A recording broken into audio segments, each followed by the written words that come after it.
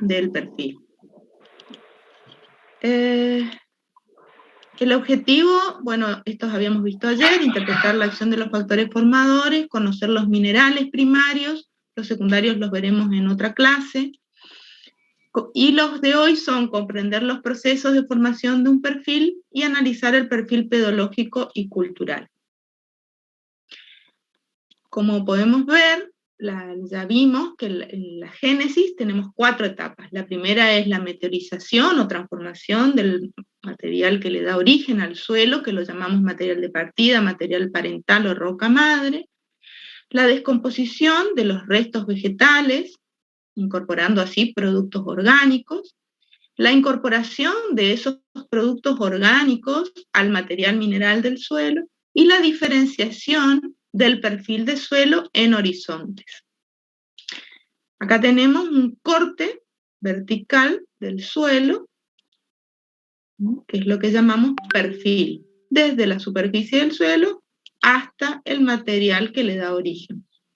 ¿Y qué es un horizonte? Son las sucesivas capas. Un horizonte es una capa de suelo que tiene una disposición que puede ser horizontal, paralela a la superficie o más o menos con límites que ya vamos a ver, que pueden ser más abruptos, pueden existir ser plano o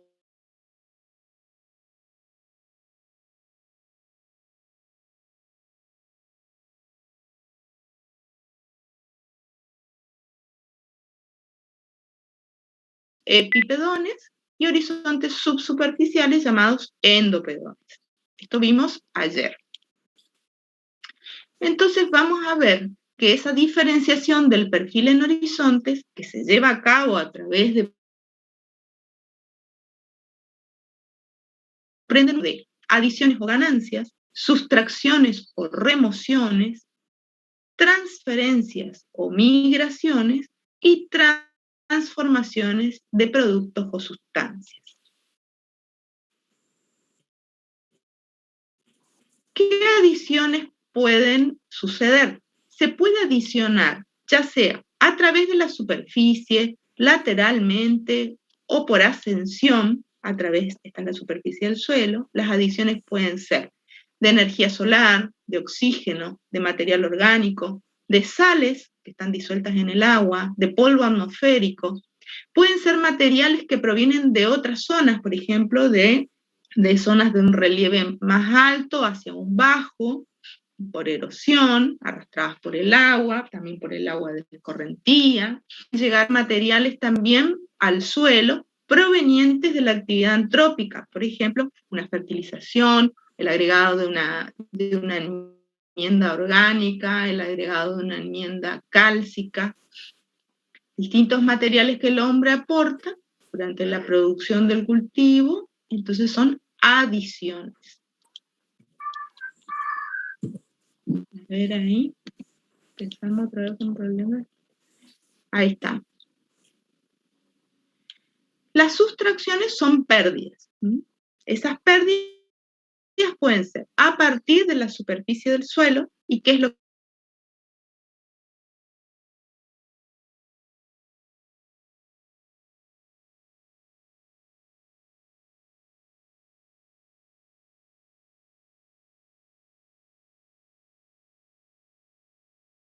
que energía calorífica, como habíamos visto, ese dióxido de carbono que se desprende del suelo. ¿Sí? La diapositiva quedó en adiciones. Bueno. A ver.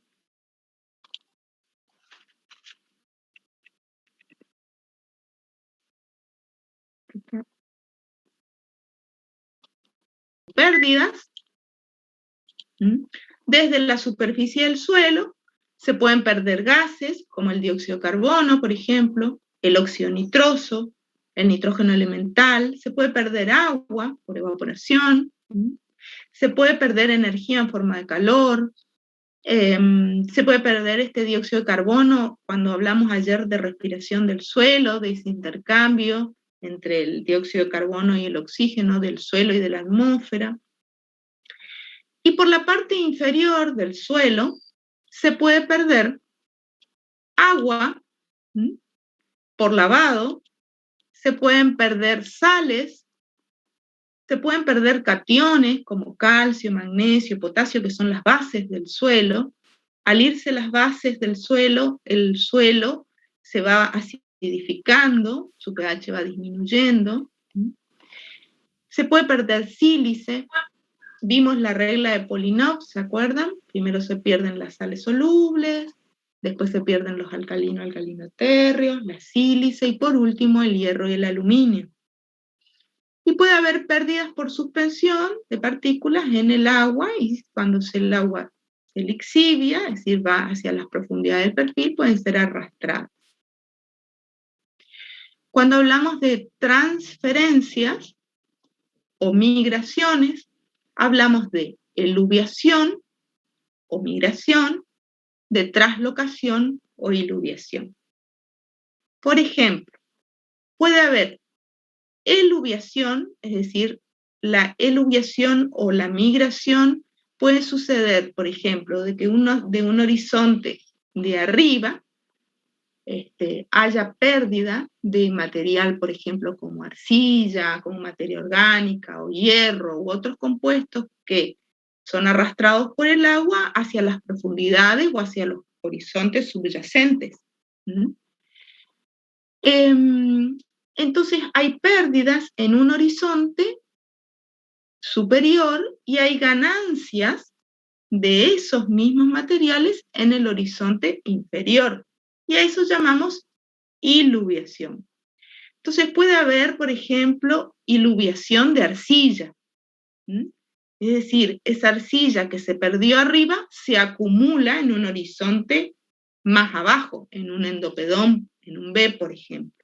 Y eso se llama argiluviación. Y es una transferencia porque se transfiere de un punto del perfil a otro punto. También puede haber transferencias de hierro, de aluminio y de materia orgánica que hemos visto que forman quelatos o complejos, y entonces esa transferencia se llama queluviación. Cuando la transferencia es de carbonato de calcio o caliza, es calcificación. Vimos ayer en el proceso de carbonatación cómo ese carbonato de calcio que está en el suelo o que está en la roca, ese mineral puede hacerse soluble cuando pasa a su forma de bicarbonato por carbonatación. ¿Se acuerdan cuando hay agua presente y concentraciones de dióxido de carbono que permiten la formación de esa agua carbonatada? Entonces, en ese proceso, lo que se transfiere es ese carbonato de calcio que pasa a bicarbonato, se solubiliza y es arrastrado por el agua hacia las partes inferiores del perfil, hasta donde llega el agua. Después, cuando se seca, se vuelve a producir otra vez carbonato. Entonces, el proceso de calcificación. En el proceso de gipsificación, es el yeso, el sulfato de calcio dihidratado que vimos ayer, el mineral que se transfiere o migra hacia las profundidades del perfil. También puede haber silicificación, que es lo que se mueve o se transfiere de un punto a otro, es la sílice. Y puede haber acumulación de sales y redistribución de sales en el perfil, y el proceso se denomina salinización. Esa transferencia o migración se da en el proceso de la salinización. Entonces acá tenemos algunos ejemplos de movimientos en el interior del perfil, de distintos productos. También adentro, en ese proceso formador, puede haber transformaciones dentro del suelo, ya sea por meteorización. Hemos visto cómo ayer minerales primarios pueden transformarse en minerales secundarios. ¿Se acuerdan el ejemplo de la muscovita, que se transforma hemos visto por hidrólisis cómo se puede transformar en una arcilla como la caolinita, que es un mineral secundario? Hay descomposición y mineralización de la materia orgánica. Ayer hablábamos que ese material, producto proveniente de plantas y de vegetales que se descomponen en el suelo, van sufriendo transformaciones. Incluso hablamos un poco del carbono que está contenido en ese material orgánico, que al principio forma parte de esos compuestos más frescos y después se va mineralizando y después pasa a un proceso que se llama humificación y forma el humus, que dijimos que era un carbono más estable en el suelo. Y hablamos también de lo importante que era para la calidad ambiental la captura de carbono o la acumulación de carbono en el suelo, para disminuir los contenidos de dióxido de carbono, que, como dijimos, es un gas de efecto invernadero. Todo eso vimos ayer. La edafoturbación es un proceso en el que se mezcla material, se produce una transformación porque se mezcla material que es por ahí orgánico con material mineral, y esas mezclas las realiza la fauna del suelo. Por ejemplo, hablamos de una edafoturbación por el efecto de las lombrices. Ayer hablamos de los coprolitos, de los excrementos de las lombrices que producen esas mezclas, que mejoran las condiciones del suelo y que ayudan también entonces a la formación del suelo. La argiturbación, la crioturbación, cuando interviene la temperatura, las temperaturas frías, la argiturbación con los movimientos que se producen, ya vamos a ver después, en el caso de algunas arcillas que pueden expandirse también y contraerse y generan movimientos de suelo. Y todo eso colabora en el desarrollo de la estructura del suelo que todavía no vimos. Se pueden formar por transformaciones, puede haber formación de horizontes que se vuelven más endurecidos, incluso esos horizontes que son endopedones, que están subsuperficiales, pueden impedir que atraviese el normal paso de las raíces. Por ejemplo, el frangipán, que es un pan endurecido, que ya lo vamos a ver en detalle después. Una transformación, hablamos ayer de los suelos rojos, los suelos donde el hierro se encuentra en estado férrico y en estado oxidado le da esa coloración roja, eso se llama la rubefacción, es la deshidratación de esos óxidos férricos. Puede haber cementación. La gleificación, en el caso de la gleificación, también hablamos es lo mismo o sinónimo de gleisación, que vimos ayer, donde hay procesos de redox, es decir, hay alternancias de aireación y saturación en el suelo, y eso produce transformaciones. Ayer hablábamos, por ejemplo, de que el férrico pasa a ferroso, se reduce, entonces se moviliza en el perfil. También puede haber producción de pirita, que es el sulfato de hierro, o de materiales sulfurosos, como el ácido sulfídrico, que es esto, que es azufre de hidrógeno o sulfuro de hidrógeno en condiciones reductoras, es decir, cuando hay agua en el perfil. Y procesos de sodificación, que son transformaciones que ocurren en el suelo cuando tenemos la presencia de sodio. Los principales procesos edafogenéticos o pedogenéticos son estos que estamos viendo acá. La podzolización, la calcificación, la latosolización, la gleisación, la salinización. En cada uno de estos procesos puede o no haber adiciones, sustracciones, transferencias, transformaciones. Es decir, que cada uno de estos procesos tiene sus propias características. Por ejemplo, en el proceso de podzolización,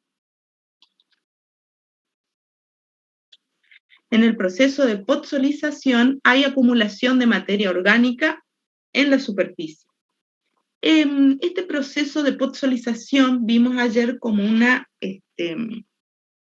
excepción a la regla de Polinov, donde el hierro se va antes que la sílice porque forma quelatos con la materia orgánica. Este proceso de podzolización da origen a este tipo de suelos que se llaman podsoles o espodosoles, y se generan bajo una vegetación y un clima particular. Vegetación de coníferas, climas fríos, bajas temperaturas y muy altas precipitaciones en el sur de Argentina. Entonces hay acumulación de materia orgánica que no se descompone, se acumula, se forma un tipo de humus especial, que ya después vamos a estudiar, lo que se llama MOR. Hay un lavado y una acidificación progresiva del perfil del suelo. Hay meteorización, hay traslocación de estos compuestos, de estos quelatos y compuestos también llamados compuestos organominerales, la formación de estos complejos. Estos complejos migran hacia la parte inferior del perfil y se acumulan en un horizonte B que se enriquece de humus y de hierro. En el proceso de calcificación, otro proceso pedogenético, se da en regiones que van desde semiáridas a templadas y incorporan material orgánico al horizonte superficial. Se caracteriza por tener colores oscuros, ese primer horizonte, y una muy buena estructura. Hay precipitaciones, pero no son suficientes como para causar lixiviación. Hay una transferencia de carbonatos y sulfatos en el perfil. Los carbonatos se movilizan como bicarbonatos y después vuelven a precipitar en la profundidad del perfil, y esa precipitación de carbonatos forma después abajo un horizonte blanco o grisáceo, que nos está indicando hasta dónde llegan esos carbonatos. Pues hasta ahí es donde llega el agua, la penetración del agua. Hay transformaciones en el proceso de calcificación, hay transformaciones de los minerales primarios en minerales secundarios. Todavía no vimos lo que significa este 2,1, pero es un tipo de arcilla que se llaman trilaminares 2,1. Y de la materia orgánica en un humus, que tampoco vimos todavía materia orgánica, pero es un humus MUL, es un humus donde ese material orgánico ya se encuentra incorporado, mezclado con la fracción mineral del suelo. Un humus más evolucionado en ese proceso de humificación que el anterior humus, que era el MOR. En el proceso de la tosolización, el proceso anterior, que es el proceso de calcificación, da origen, por ejemplo, a muchos suelos de la región pampeana. En el proceso de la tosolización, se originan suelos, por ejemplo, como los oxisoles, suelos ricos en óxidos de hierro. Hay incorporación de grandes cantidades de materia orgánica, pero a la vez esa materia orgánica se mineraliza muy rápidamente, porque este proceso de formación de suelos se da en zonas donde hay altas temperaturas que favorecen esa rápida mineralización y altas precipitaciones que favorecen una vegetación frondosa. Tenemos, por ejemplo, vegetaciones del tipo selvático, en Misiones, por ejemplo. Hay una intensa lixiviación de bases, ese calcio, magnesio, se pierden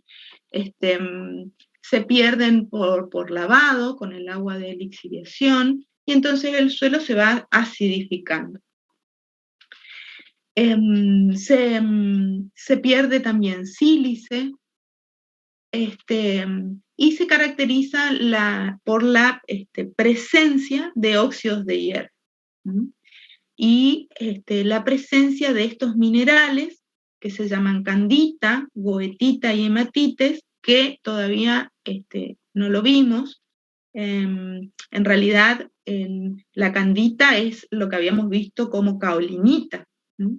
es la arcilla caolinita o candita, y la goetita se refiere a un mineral de aluminio y la hematita de hierro, es decir, ricos en óxidos de hierro y aluminio. En el proceso de gleisación, habíamos visto algo ayer, pero vamos a volver a repetirlo ahora, se producen cuando existe anaerobiosis, es decir, exceso de agua en el perfil. Hay incorporación de la materia orgánica, pero esa materia orgánica se descompone lentamente, porque hay agua y hay poco oxígeno. En general hay una saturación que lo que hace es que esa materia orgánica sea de muy lenta mineralización y tienda a acumularse. Ya vamos a ver que por este tipo de procesos aparecen colores especiales en los perfiles de suelo, según la reducción de los distintos componentes, tomando colores grisáceos o colores verdosos. Se moviliza el hierro como hierro ferroso y el manganeso como manganoso, ¿sí? En sus estados reducidos. Y en el proceso pedogenético de salinización se caracteriza por la acumulación de sales, la formación de costras blancas o negras, las eflorescencias y la formación de este tipo de minerales arcillosos trilaminar 2,1, mormorilloníticos, esmectíticos, que todavía no hemos visto. Resumiendo entonces lo que hemos visto de Génesis hasta ahora, podemos decir que cuando hablamos de Génesis hablamos de origen del suelo. Entonces el suelo tiene su origen en un material que proviene de la meteorización de la roca madre y de los minerales. Y también proviene del aporte y de la mineralización o descomposición de material orgánico. La formación de un suelo es el resultado de la acción combinada de los factores formadores de Jenny y de los procesos formadores. Hay reacciones y hay redistribución de materia y de energía. Los procesos edafogenéticos que se producen, entonces dan como resultado un suelo determinado. Y esas características que tenga ese suelo van a ser compatibles con los factores formadores que prevalecieron, con los procesos que se dieron y con el tiempo en el que se produjo. Ayer hablábamos de cómo el tiempo condiciona esa formación del suelo y hablábamos de suelos jóvenes, suelos maduros y suelos más evolucionados y suelos seniles. Si tienen alguna pregunta ahora, profe, ¿ustedes están mirando el chat? Profe, hay una pregunta en relación a el proceso de precipitación. Preguntaba específicamente Marcelo Galeano a qué se refería con precipitación. ¿Precipitación? Sí, no específicamente de la precipitación pluvial, sino de cuando explicabas que había precipitación de algunos solutos en Solufil. Se cortan, no, yo no escucho, Federico. Ingeniera, se refería al proceso de precipitación de algunos elementos en el suelo. A eso, esa era la pregunta. Bueno, hay elementos, los elementos pueden, habrá sido cuando hablé de carbonatos, por ejemplo. Los carbonatos pueden encontrarse en el suelo formando en forma de nódulos, por ejemplo, o concreciones de carbonato. El carbonato en ese estado es duro, es insoluble, está precipitado, pero cuando ese carbonato está en presencia de agua carbonatada, es decir, de agua y de dióxido de carbono, sufre un proceso que se llama carbonatación, y entonces pasa de ese estado insoluble al estado soluble, que es el bicarbonato, y puede movilizarse en el perfil ir hacia las profundidades arrastrado por el agua de lixiviación o el agua de lavado. Con ese drenaje, cuando drena el agua, puede ser arrastrado hacia las profundidades del perfil, y cuando él se seca, ese perfil vuelve a su forma insoluble o precipitada de carbonato calcio, por ejemplo. ¿Algo más? ¿Alguna otra pregunta? Ese es un ejemplo de lo que podría ser una precipitación. Vuelvo a intentar con mi conexión, profe. Otra pregunta dice si en el proceso de podzolización hay elevadas precipitaciones. Ahora sí creo que se refiere a la... Bueno, en el caso de la podzolización, como les dije, es un proceso pedogenético que se da en ciertos lugares y regiones que se caracterizan por bajas temperaturas, climas fríos y de altas precipitaciones. Son dos condiciones que se deben dar para que se produzca este proceso, además de una vegetación típica, específica, que son coníferas, las coníferas son los tipo pino, que tienen acículas, esas hojas que son en forma de acícula, de agujas, y que tienen alto contenido de lignina, y entonces son hojas muy resistentes a la descomposición, y se forma un humus tipo humor que es de lenta descomposición justamente, y que tiene alta relación carbono-nitrógeno. Ya lo vamos a estudiar después. ¿Algo más? Por ahora tenemos eso, profe. Bueno, vamos a seguir entonces ahora con las características que puede presentar ese perfil de suelo. Voy a mirar la hora. Ese perfil del suelo resultante de esa génesis se lo estudia, y se estudia de distintas maneras. Una de las maneras es estudiarlo a campo, es decir, para estudiarlo a campo lo que hacemos es una descripción de lo que estamos viendo en el campo, estudiamos su morfología y lo describimos. ¿Cómo vamos a describir ese perfil? Primero tenemos que hacer un pozo grande, que nosotros llamamos calicata. Fíjense las medidas, tiene más de 1 metro, 1,5 metros, por 1,5 metros, 2 de profundidad. Se hace, acá no se observa, pero se le hacen como unas escaleritas, y entonces el observador, puede bajar para observar bien el perfil. Acá lo estamos viendo, a esa calicata la estamos viendo desde arriba.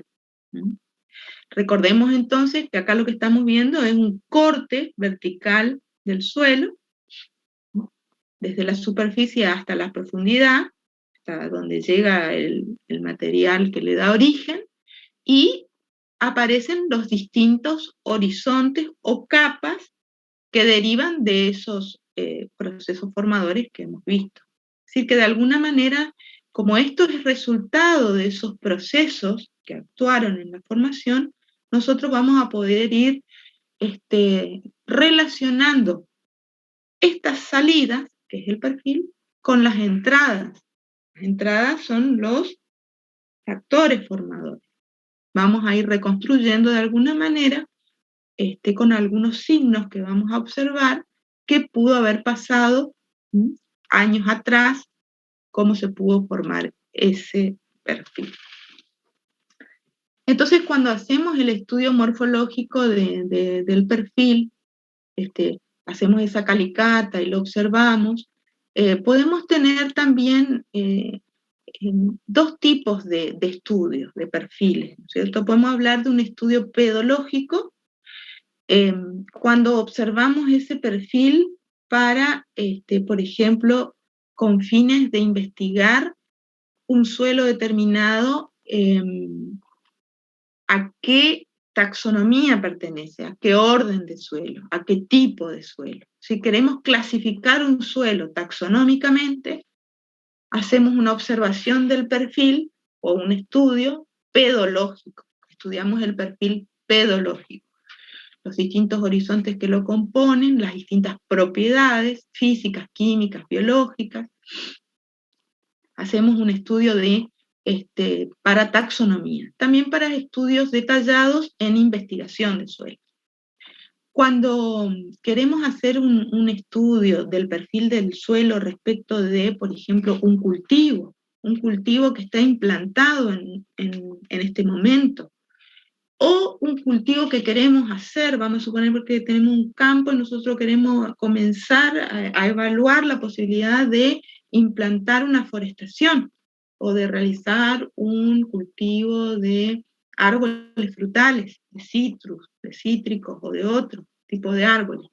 Entonces lo que hacemos es un perfil, un estudio del perfil que se llama cultural, que viene de cultivo, es decir, vamos a estudiar en función del cultivo. Vamos a observar el perfil, vamos a observar los horizontes, las características también, pero vamos a tener en cuenta el cultivo, es decir, cómo son las raíces del cultivo, hasta dónde pudieron penetrar, hasta dónde pueden penetrar las raíces, porque puede ser que todavía no tengamos el cultivo o puede ser que esté el cultivo ya implantado. Vamos a suponer que esté, entonces vamos a observar hasta dónde llegan las raíces. En este caso, fíjense, hasta acá, hay más raíces hasta acá, esto se llama profundidad efectiva, hasta donde llegan la proliferación de raíces. También nos permite ver si por ahí aparece alguna capa endurecida que pueda después ocasionar problemas, por ejemplo, más adelante, cuando ese árbol, por ejemplo, vamos a suponer que ponemos un citro, bueno, cuando ese árbol cítrico o ese forestal, ese árbol sea ya más avanzado en su crecimiento, sus raíces van a ser más profundas. Entonces, si nosotros no hacemos este estudio del perfil cultural en profundidad, por ejemplo, hasta 1,5 metros o 2 metros, puede ocurrir que implantemos una forestación y después empecemos a tener problemas con el desarrollo de ese cultivo a los 10 años, ¿sí? O a los 5 años. Puede ser, por ejemplo, porque hay abajo una napa, por ejemplo, freática, o sea, una napa colgante o una napa de agua o no, o cualquier otro problema que pueda estar, por ejemplo, un duripán o alguna capa endurecida que no detectamos a tiempo. Mañana vamos a ver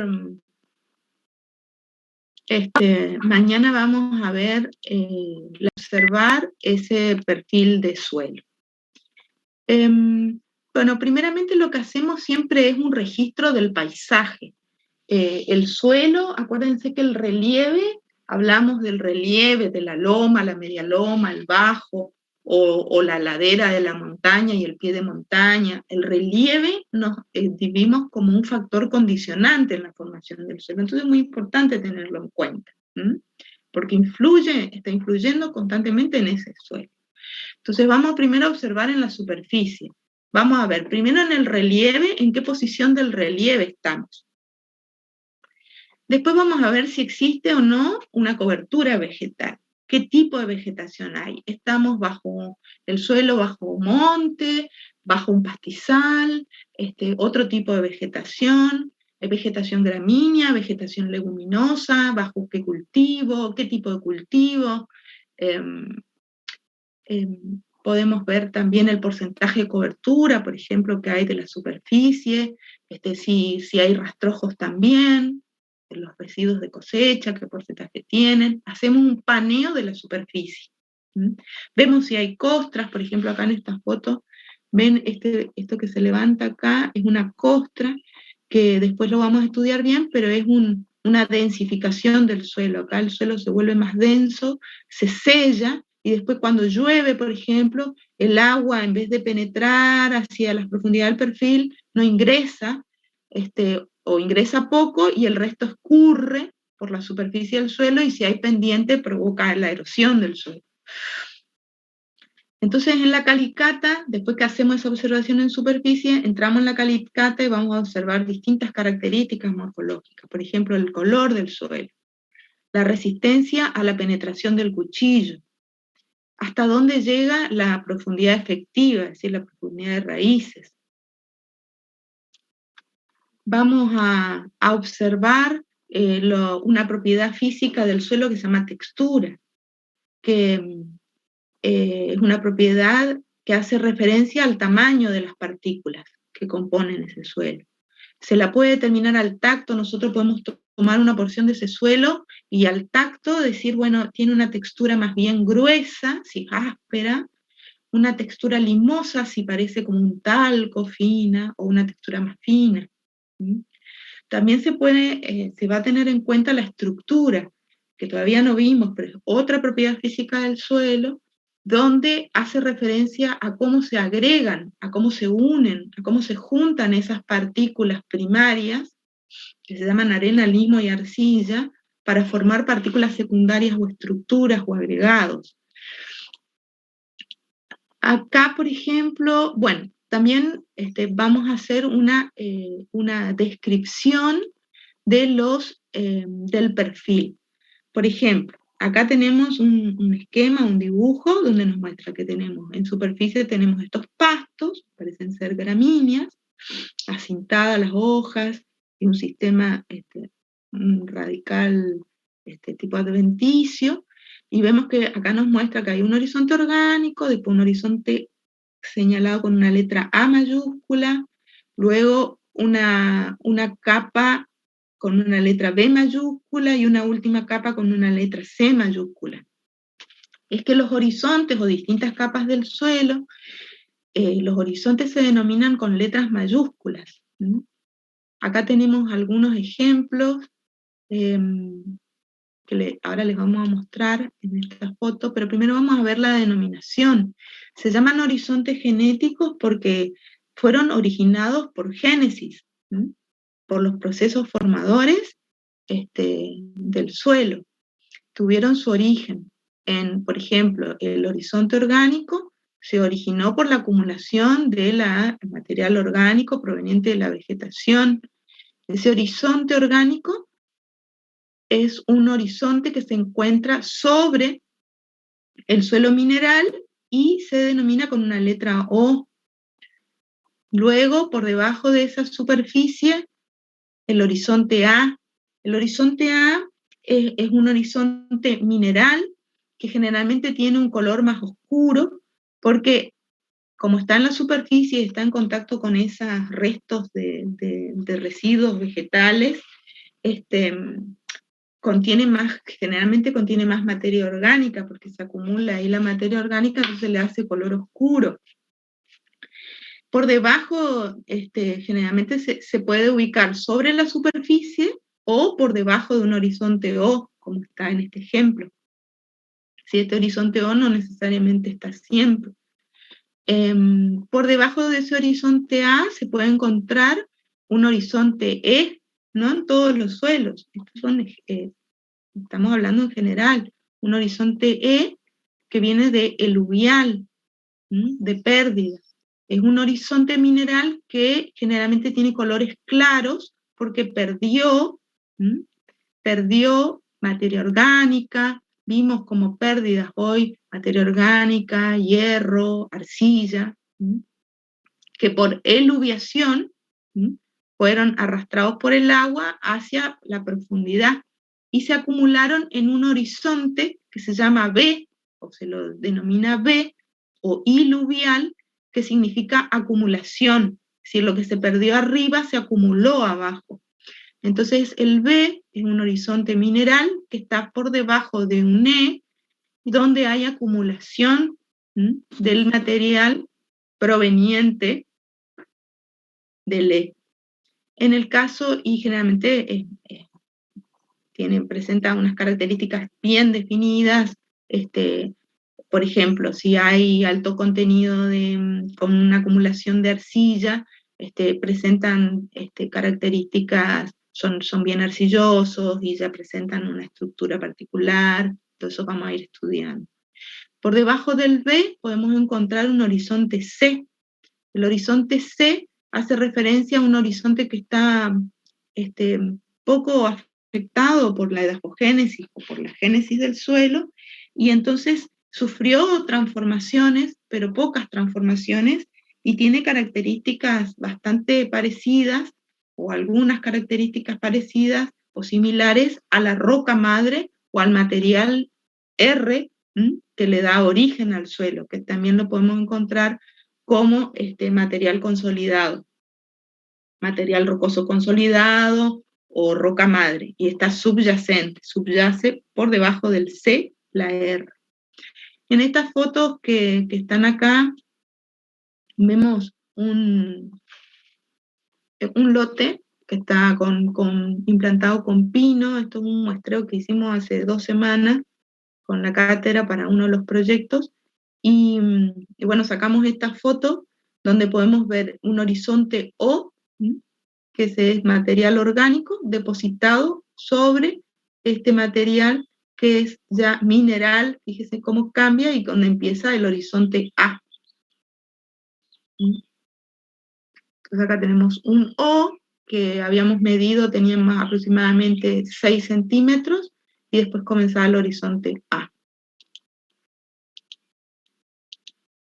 Bueno, estos horizontes genéticos, nosotros en Argentina, para esta denominación de horizontes y para lo que es clasificación de suelo, nos regimos por la clasificación o la taxonomía de suelos de la USDA, que, como les dije ayer, es el Departamento de Agricultura de los Estados Unidos.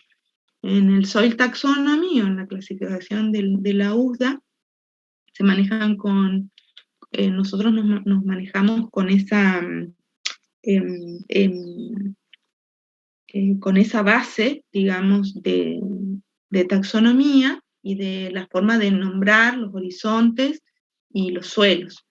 Entonces, los horizontes principales, como le dije, con las letras mayúsculas, y después, seguido a esa letra mayúscula, puede haber una letra minúscula que hace referencia generalmente al principal proceso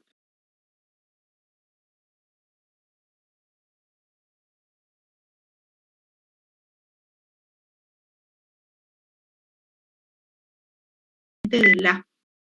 Si llamamos al horizonte de transición BA, es un horizonte que tiene más características o similitudes al B, que está abajo, que al A, que está arriba. Y cuando tienen esta barra, nos habla de que hay, como es una subdivisión de esos horizontes, pero porque están mezclados, hay una mezcla. Acá hablábamos de un horizonte que tiene una acción principal o es predominante sobre otro. En cambio, cuando hay una barra, hay una mezcla. Es decir, en un mismo horizonte podemos encontrar partes donde tiene características del A y otras partes con características del B, en el mismo lugar, digamos, en la misma altura de ese horizonte. Entonces, un horizonte que se llaman horizontes mezclados. Y para las discontinuidades litológicas, cuando aparece, ustedes saben, lito viene de roca, se antepone un número al horizonte, por ejemplo, un A, un 2 y un C. Vamos a ver algunas fotos que por ahí nos pueden ayudar a entender un poquito más. Acá arriba tenemos la vegetación. Fíjense cómo el horizonte A, es un horizonte bien oscuro, pero además de ser oscuro, tiene un espesor importante. Este es un epipedón. Es un epipedón. En este caso, es el nombre del suelo. Bueno, no es el nombre del suelo, el orden del suelo es un molisol. En este molisol, que es un orden de suelo, se caracteriza por presentar, para ser molisol, tiene que reunir la condición de tener un epipedón desarrollado y, así como está acá, oscuro, y se llama mólico, un epipedón mólico. En este caso vemos un horizonte genético A. Después tenemos un horizonte de transición BA, es decir, este horizonte tiene más características del B que del A. Después viene un BT, un BC, que es otra vez un horizonte de transición entre un B textural rico en arcilla y un C. Y fíjense, aparece una letra K que significa calcio. Es un horizonte enriquecido con carbonato de calcio. y más abajo se le agrega ya una letra M, porque ya está totalmente endurecido y cementado con el carbonato de calcio y forma un petrocálcico, un horizonte petrocálcico. Y ahí dice, este horizonte se presenta después del metro 35. Cuando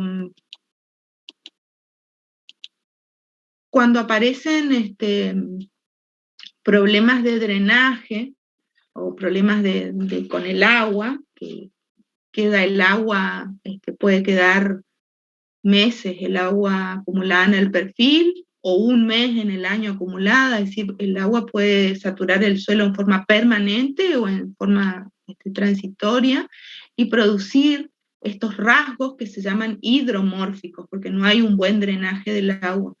Y entonces vamos a tener, por ejemplo, acá ustedes ven acá en el fondo, acá está la vegetación, no sé, la superficie del suelo, y acá fíjense que hay agua, porque es una napa de agua. Se llama napa de agua, napa freática, napa colgante. Tenemos agua, se llama napa freática. Y bueno, y esa agua puede fluctuar, subir, bajar, y entonces cuando satura el suelo, aparece la reducción de esos compuestos que estaban oxidados y pasan a ser reducidos, como ferroso y manganoso. Y al reducirse, se movilizan en el perfil, pero también el perfil toma esta coloración más bien gris, color gris verdoso o azulado. Y cuando esos mismos elementos entra aire en el sistema y se oxida, o el suelo se seca, entra aire, entonces se oxida ese hierro y toma color rojizo. Y el manganeso toma color, se vuelven a hacer como concreciones, que son como generalmente en forma de municiones, como bolitas endurecidas de color negro. Y acá tenemos un fluvacuent, que es el nombre, la taxonomía taxonómico de este suelo, es un entisol, acu significa acuico, que está teniendo un régimen de saturación de agua. Y entonces acá también volvemos a ver, ¿ven? Colores oxidados, que son estos rojizos, y colores reducidos o debido a la reducción, que son estos grises que están acá. Esas letras principales, A, E, B, C, principalmente A y B, van a llevar pueden llevar en su nomenclatura un subíndice, como dijimos. Por ejemplo, el horizonte arriba puede tener un subíndice A, E o I. Ese horizonte va a ser OA cuando veamos que está con gran descomposición esa materia orgánica, y un OI cuando la descomposición es menor, hay poca descomposición de la materia orgánica y podemos ver muchas fibras, podemos distinguir, sí, esto es un resto de hoja, esto es un resto de un pecíolo, esto es un resto de un fruto. Y después tenemos un nomenclador donde uno va mirando para ver qué tipo de subíndice va a utilizar. Por ejemplo, podemos tener un BN cuando hacemos referencia a un horizonte donde hay un B enriquecido con arcilla, pero lleva la N porque tiene una presencia de sodio. O sea, hay una acumulación del sodio que está en un porcentaje alto, que es más del 15%, saturando el complejo ahí, saturando el suelo, entonces recibe este nombre. Y cuando hay acumulación de carbonatos, por ejemplo, lleva el subíndice K. Si hay acumulación de humus, como se producen los potzoles, por ejemplo, lleva un subíndice B. Entonces tenemos así como vamos conformando el nombre del horizonte en base a las características que observamos en el perfil. ¿Y qué características observamos en el perfil? Una de las principales características es el color. Para ir distinguiendo un horizonte de otro, vamos observando el color. Para eso nos ayudamos de lo que se denomina tabla Munsell, que es una tabla o una carta de colores. Acá, por ejemplo, vemos el color, este suelo que estábamos muestreando la semana pasada en Ituzaingó, los distintos colores, bueno, se ubicaba en un tal, se denomina, por ejemplo, 10IR31, que después vamos a aprender bien qué es, pero es el color del suelo. ¿Y por qué está dado el color? Y bueno, oscuros generalmente relacionados con el contenido de materia orgánica o con minerales ferromagnesianos, colores blancuzcos con el cuarzo, con arena o con yeso, o con el carbonato de calcio, que le da color blancuzco, colores rojizos con los óxidos de hierro, colores grises o verdosos o azulados con síntomas de reducción, como vimos hoy, colores grises con moteados rojizos es con alternancia de reducción-oxidación, entonces tenemos colores grises, por ejemplo, podemos tener un fondo gris, una matriz gris, y moteados o puntos o motas rojizas, es decir, que hay una diferenciación en la solubilización alrededor de ese punto. El hierro está férrico en ese moteado rojizo y en el resto está reducido, y por eso tiene un color gris. Bueno, ya vamos a volver a ver todo esto porque es mucha información. Pero en general, cuando vemos colores rojizos, pardos, marrones, amarronados, nos está indicando que ese perfil está bien aireado y que tiene buenas condiciones de drenaje. Cuando vemos colores grisáceos, verdosos, tenemos problemas de drenaje. Después también, cuando hacemos esa observación morfológica del perfil, lo que estudiamos y evaluamos son los límites que hay entre horizontes. Primero comenzamos a definir los horizontes por color, por penetración, resistencia a la penetración del cuchillo, así podemos ver qué horizontes son más sueltos y cuáles son más endurecidos. Y después nos vamos a ayudar también con esto de observar el límite, es decir, a ver con ese cuchillo, por ejemplo, si vamos pinchando y de repente pasamos de algo que está más suelto a un suelo más densificado, bueno, puede ser por distintos motivos. Ese cambio puede ser abrupto o no, o puede ser difuso, o puede ser claro. Se dice que hay un cambio abrupto, por ejemplo, cuando esa diferenciación se da en un pequeño espesor, es decir, venimos con un suelo de un determinado color o de una determinada resistencia a la penetración y de repente en los próximos 2 centímetros cambió. Entonces decimos que es abrupto el cambio. Ese cambio abrupto puede ser un cambio abrupto de color, puede ser un cambio abrupto por una densificación del suelo. Acá dice suela de labor, que es lo que se conoce como piso de arado. Se pasa el arado tantas veces y repetidas veces durante tantos años, por ejemplo, a una profundidad de 15 o de 20 centímetros, que va formando lo que se llama piso de arado o suela de labor. Es decir, el suelo removido de ahí para arriba tiene una determinada densidad, pero de ahí para abajo ya está más denso, más compactado. O puede haber un contacto lítico. Bueno, después tenemos acá una foto, por ejemplo, donde podemos ver lenguas o digitaciones. Estas son unas lenguas. Vemos un horizonte oscuro, después un horizonte claro, que recibe el nombre de álbico, es un horizonte un horizonte eluvial de pérdida, y entonces quedó blanquecino o blanco, pero también fíjense que acá ya empieza el otro horizonte, un B, por ejemplo, pero acá no es continua la línea, no es plana la línea del B, sino que hay una entrada como de una lengua, se llaman lenguas o digitaciones, porque el horizonte álbico entró en el horizonte argílico, por ejemplo, en el B, que puede ser argílico, puede ser nátrico. Todo eso vamos viendo en la descripción del perfil. También vamos a observar si hay manchas, esos moteados, por ejemplo, por presencia de un mal drenaje, de problemas de humedad, de hidromorfismo, o podemos observar también grietas. Puede haber grietas por problemas de cuando hay arcillas, que hay suelos que se pueden contraer y expander por el tipo de arcilla, y entonces quedan grietas.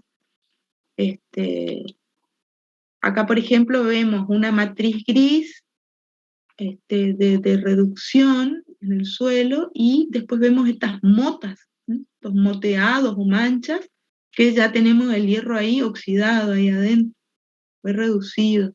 Y después vemos también por ahí más oscuro, que es del manganeso. Son manchas, y estas son grietas que podemos ver. También podemos observar el tema de la textura. A campo hacemos esa textura al tacto, es decir, tomamos una porción del suelo y vemos cómo lo sentimos, lo vemos que es más bien áspero, más bien suave, es grueso, es fino. Es decir, todo generalmente lo que hacemos morfológicamente en la descripción del perfil, se va anotando en una ficha, que ahora la vamos a ver, es lo que podemos hacer a campo. Pero también muchas veces no requiere, sobre todo cuando vamos a clasificar taxonómicamente un suelo, requiere de que tomemos muestras de esos distintos horizontes y mandemos esas muestras al laboratorio para pedir también otras determinaciones que nos ayudan a identificar ese suelo, o a entender ese suelo, cómo está funcionando o qué está pasando en ese suelo. Acá tenemos una textura más gruesa, una textura más fina.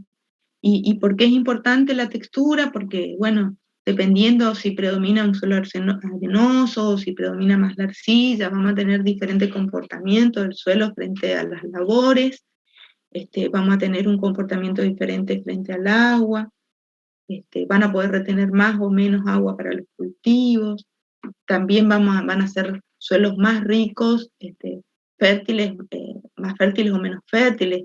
Ayer dábamos el ejemplo de los suelos arenosos de corriente que provienen de areniscas o de arenas cuarzosas, que son esqueléticas, donde están compuestas por óxido de silicio, y son suelos poco fértiles comparados a esos otros suelos arenosos que son más fértiles cuando provienen de feldespatos, de arenas feldespáticas. Bueno, y todo eso afecta al rendimiento cultivo. Otra propiedad que se observa es la estructura, como les conté hoy. Acá tenemos las distintas formas. Tienen forma de cilindros, o formas planas de láminas, o redondeadas, más redondeadas, menos redondeadas. O también podemos observar en la superficie si hay costras. Vamos a estudiar, observando el perfil, nos vamos a dar cuenta si hay algún horizonte endurecido, si las raíces están llegando hasta una determinada profundidad, si hay un piso de labor acá, viene así el suelo, estamos tocando, pinchando, y de golpe acá entra el cuchillo. Cuando entramos acá no está entrando el cuchillo, está muy compactado el suelo, bueno, estamos en presencia de un piso de labor, un piso de arado. Y esta es una planilla de campo donde se van registrando, se llama planilla de campo para la descripción del perfil, o también ficha dafológica.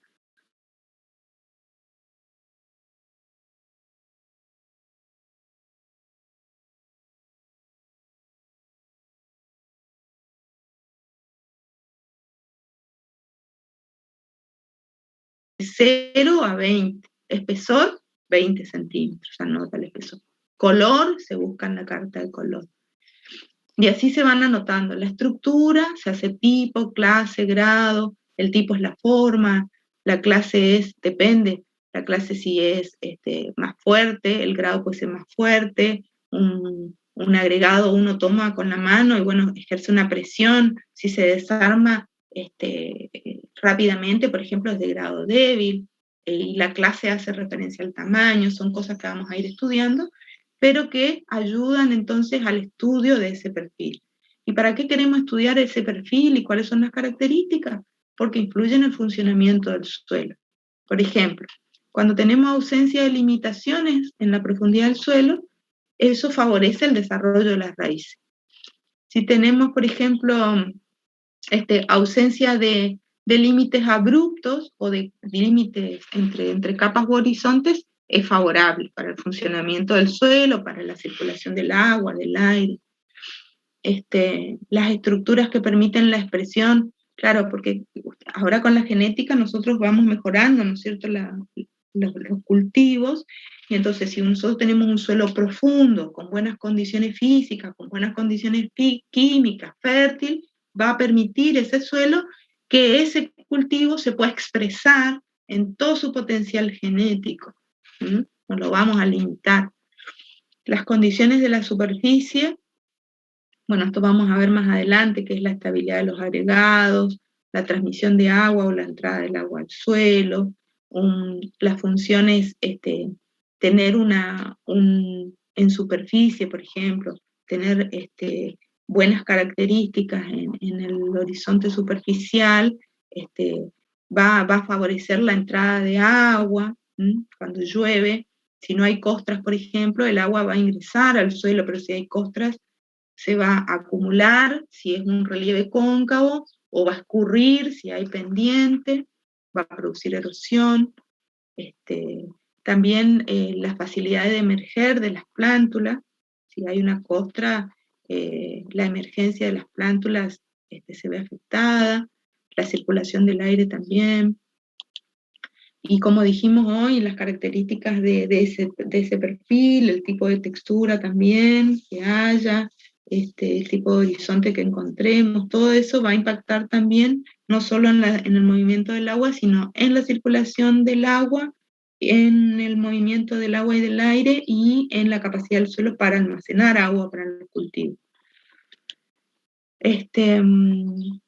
Y bueno, también influye en los ciclos. Nosotros vimos que el suelo es una de las funciones más importantes que tiene el suelo, es que se cumplen en él los ciclos de los elementos, de elementos muy importantes para la producción, por ejemplo, el nitrógeno. La mayor parte del nitrógeno y del azufre que se encuentran en el suelo provienen de ese material orgánico que es ciclado en el suelo. Entonces, bueno, también, por ejemplo, la disponibilidad de nutrientes va a depender del pH del suelo y de otras características.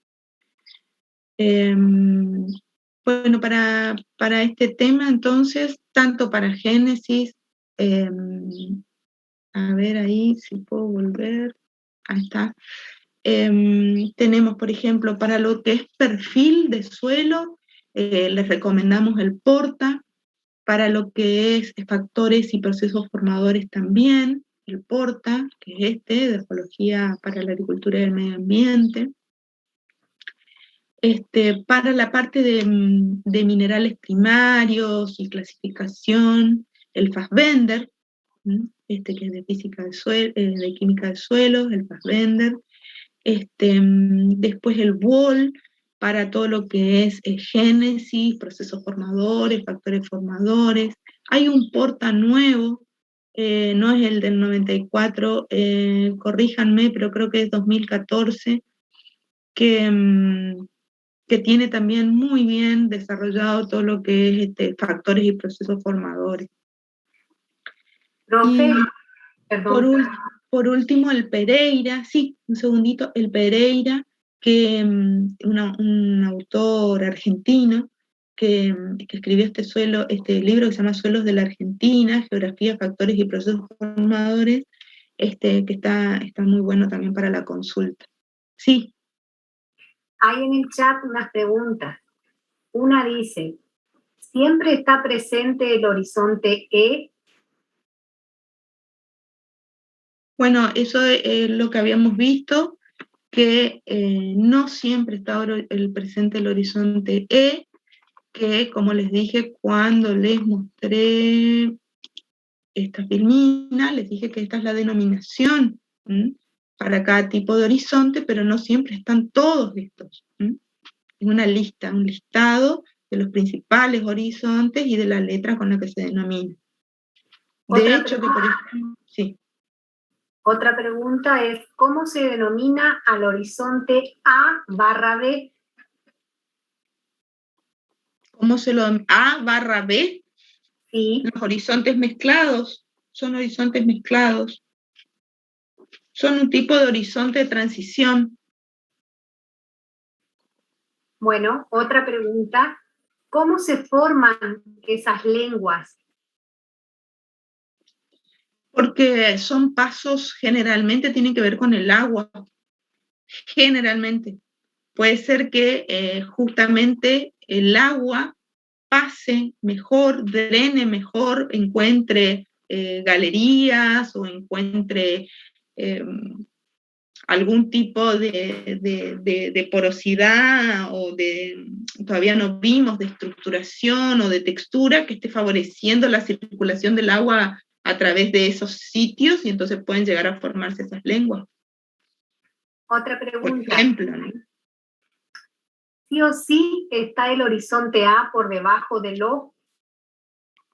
Sí, puede no haber O, el O puede estar o no, A puede estar o no, pero el A se ubica debajo del O si es que hay O.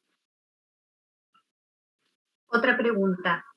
¿A qué hace referencia el contacto lítico y paralítico?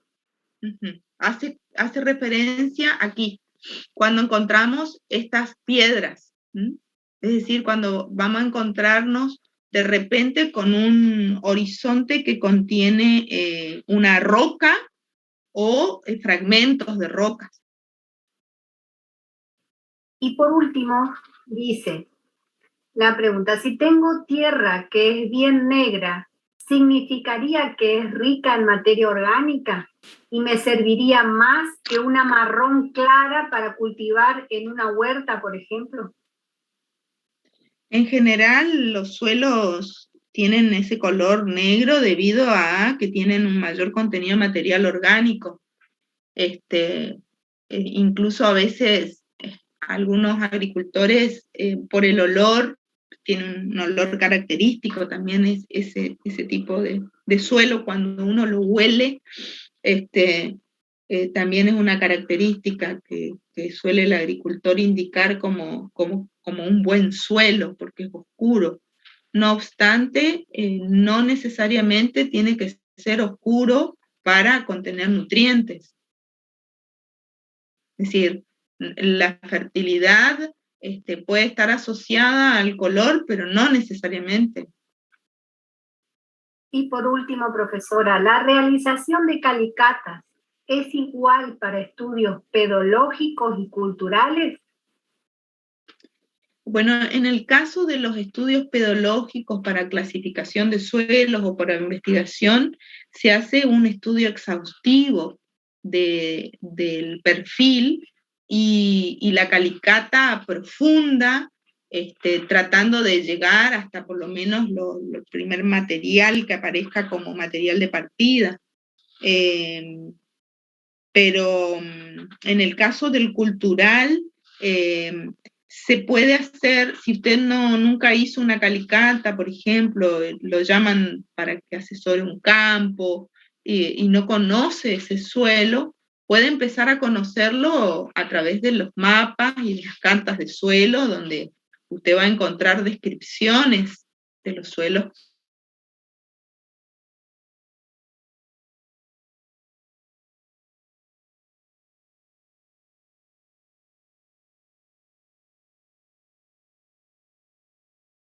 Y qué tipo de suelo hay, cuáles son los horizontes que puede encontrar. Esa es una guía muy importante.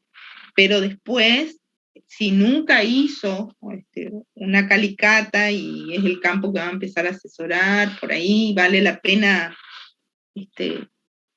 pedirle a algún peón o hacerlo uno mismo, ayuda, o hacerlo uno mismo, una calicata para observar, ¿no es cierto? Sobre todo la observación desde el punto de vista del cultivo, de que no haya capas, por ejemplo, compactadas, o algún otro, algo que pueda impedir el normal desarrollo a posteriori de un cultivo. Después ya uno que conoce ya su suelo, sabe qué tiene, ya generalmente si está haciendo producción de cultivos, lo que hace son estudios para fertilidad. Entonces no hace falta hacer la calicata y se toman muestras de suelo para mandar al laboratorio y ver el nivel de nutrientes que tiene. Eso lo vamos a ver en la próxima clase. Bueno, no hay más preguntas, profesora. Bueno.